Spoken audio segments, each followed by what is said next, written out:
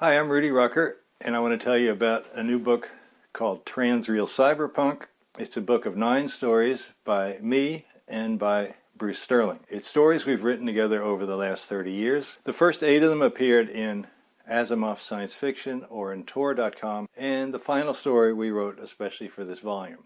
TRANSREAL Cyberpunk. The meaning of that is transreal means writing science fiction that is in some sense about your real life. And cyberpunk means like having sex and drugs and rock and roll and hardcore golden age kind of riffs. It's got that punk rock beat to it, that rapid fire, nihilist, anti-establishment vibe. We've got giant ants, we've got flying jellyfish, we've got the end of the universe several times, several different ways.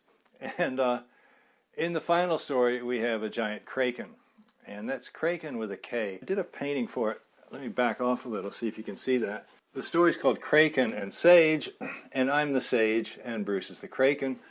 And you can see me there living in my handcrafted sequoia treehouse, and Bruce is there in the form of a flying jellyfish.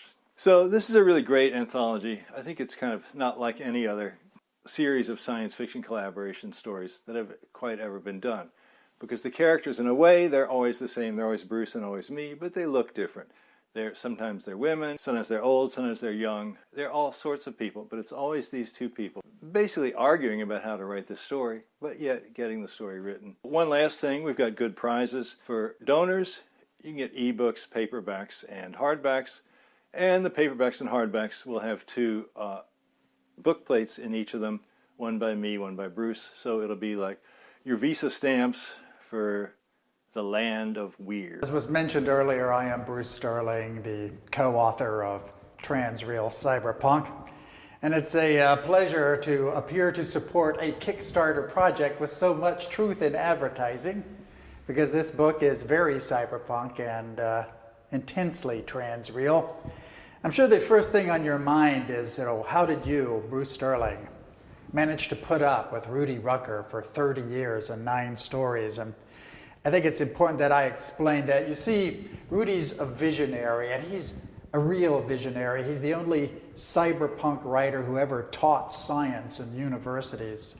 So that means when you launch a sci-fi idea at Rudy, something like, so Rudy, how about infinity and beyond? Rudy's like, oh yeah, infinity. Yeah, there's actually like several different kinds of infinity, and they all have specialized Greek names.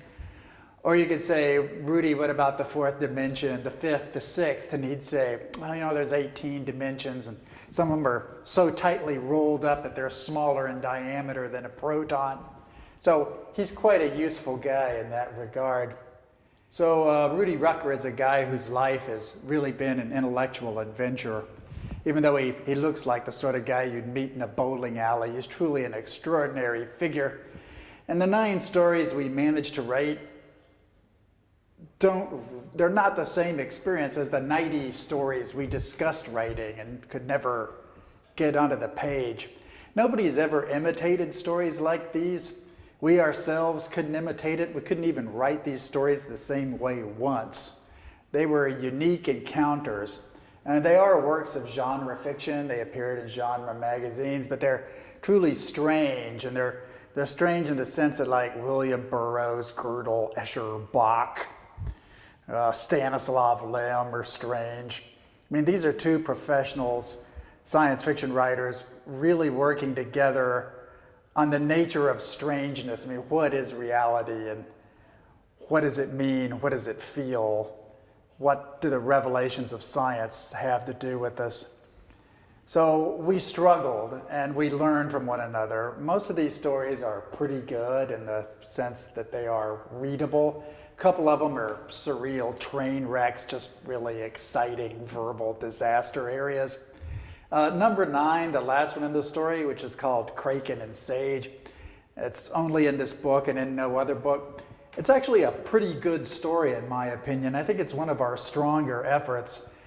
We seem to be leaving on a high note here, which is pleasant to see, and a thing that gives me a sense of happiness about this collection. And to kind of sum it up after a few decades, I mean, this is a book about the intellectual troubles that cyberpunks have.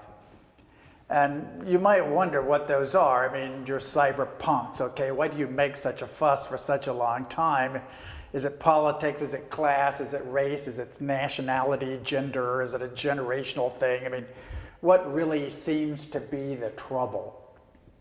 Well, this book is really about cyberpunk reality trouble.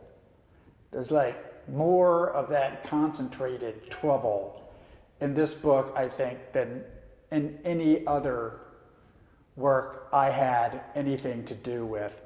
And if you support this project, I think it's evidence that you get it and you sympathize. So thanks for your attention. I hope you enjoy the book.